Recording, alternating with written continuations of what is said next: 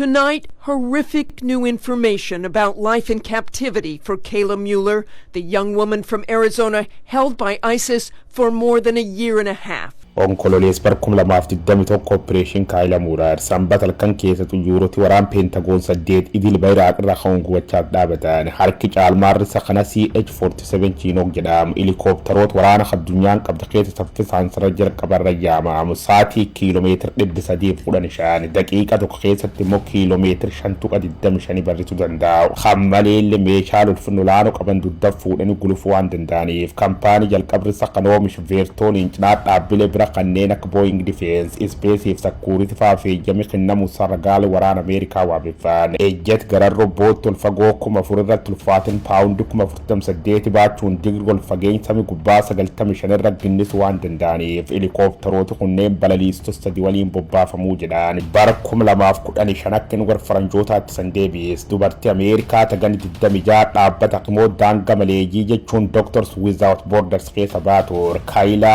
Jahiin Mueller jedhamtu hojjettu dhaabbilee qarqaarsa namoota midila addunyaa tokko keessa tokko taatu iddoon hojisii immoo Aleppo kaab Sooriyaa keessa argamtu hojiirra baate duuba dosiin karaa gubbaa deemuu jirtu jidduu dhiirti fuula goggoo akka culullee ammeenyaa buttettiin dhaabat maatiin lubbuun talteenna nuu oolcha jechuun waata tuttulle milkaa'uu hin dandeenye ijjeefamu siitiif duun maatiin FBI dabalate dhaabbilee basaastota Ameerikaa CIAf musaaffa cufumattuuf jibbaatan kanaaf haaloo kaan guman taltana baasuun dirqama mootummaa Ameerikaa White House qubate taate pirezidaantii Ameerikaa Donald Trump dirfuudhaat onkololees barkum lamaaf 21 operation Kayla Mueller xuyyooroti waraana Ameerikaa 8 nam sareef qawwa funnaaniif faatan hojii seenaa xiyyeeffannoo keessatti hin galleef balalli gararro bootti gabaabduu irratti ofeeggannoo waan jajjabduuf daqiiqa waan 70tiif samira bidhuunfatan adoo hool cabsatanii miil lafatti hin dhaabbatin durman irra guddaa Al-Qaayidaa Abubakar al-Baghdadi irratti xiyyeeffachuun ibiddi qabsiisan komaandoo garman mootii namichisaan shoror keessa jedhanii kana cabsise seentuuf sare isaanii talmaan nama caala barnoota ammayyaa qabdi jedhaniif boba qoobsuuf ture eegdot balbal al-Baghdadi harcaasanii quuffisa dhufuunyaaf usaallee weeraraan jidduu duuba faawwara rabaatiin ergaan akkan jedhu hooteeloltu gogo gurraachaatiif ergaamti ijoollee tante qabaddi baay omniti Delta Force ta Tiraampiif beensfaan ergamti eegdot balbal al-Baghdadi tokko tokkoon keessa dhufuumman jireenya isa biraan baate Ibrahim Awad Ibrahim al-Badariyaa loltoota Ameerikaa tak funnaaniitti hidhatte bobbaafamtee marfamuun isa mirkanaa'e waggootaaf ilmaan nama sibiilaa mormchichire qobbaas nam gaazexeessa Ameerikaa gameessa James Folle fagurree viidiyoo waraab dubartoota kurdish mimmidhaaddu sarbaan daannisa sun garboota qunnamti saala godhachuu qofa dontaani naasu tokko malee lubbuu kabajamtu dhalnabar kophee ajooftuun kagarmaam alaqaan ISIS Abubakar al-Baghdadi du'aaf jilbiifaat ijjeecha sakharordofe seenes daqiiqa 40 ka qophees pirezidaantiin Ameerikaa Donald Trump diraama godham cufayyu situation room keessa hordofa turre ooye gadoode ofitti talpheeddu sareedu jechuun qoos Abubakar al-Baghdadi is dead has violently been eliminated. He will never again harm another innocent man, woman, or child. He died like a dog. He died like a coward. The world is now a much safer place. Bulchaa warq Khaliifot Iraaqiif Sooriyaa Ibrahim Awad Ibrahim garee dhattoota tan sadarkaa riphee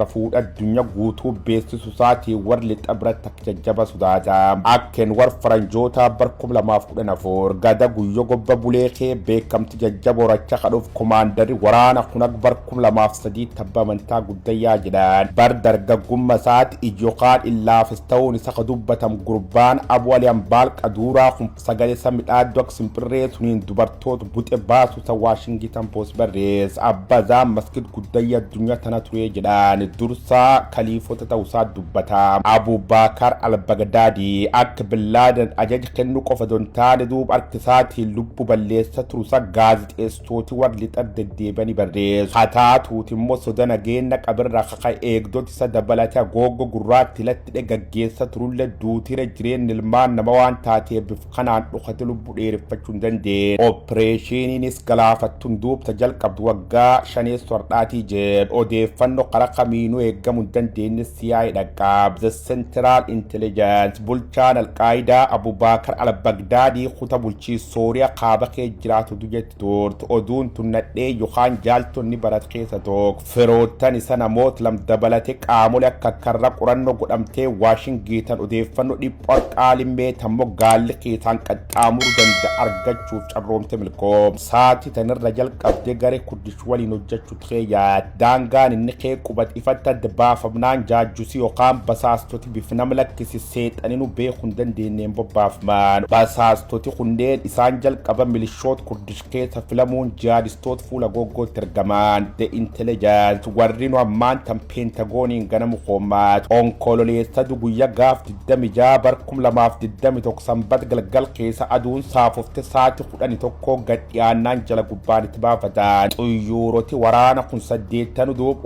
illiitiif delta forsiin guutamuu lola seenaa. Ijoolleen ISIS dhoowwachuuf yaali jajjabdu gootulle dubbiin umnisii tolta'uun mirkantaati. Edduun dhumatti namni Lamboojiyam Ibrahim Awaad Ibrahim al-Badari yookaan al-Bagdaadi dubbiin jajjabdu ta'u arge jennaan ilmaan isa 3 fudhate gar dhiibu mirgaadheet. Bombi harka qabaachuu isa kabar waraanni Ameerikaa jalamiil dhaabbate sareele bombisuuf tittergaan. Bulchaan Islamic State in Iraq and Syria bombi waliin xiixe xinniqaaya kafuufaa tokka'ee bade ilmaan 3 waliin alloo daara dharte jijjiirame. Running down the tunnel, Baghdadi came to a dead end, and not wanting to be captured alive, he detonated his suicide vest, killing himself and the 2 children, collapsing the end of the tunnel, and lightly wounding Conan. Waraabulaa deebaadhaa odeeffannoo dabalataaf fuula miidiyaa keenya subscribe, like, comment, share taasisuun nu hordofaa.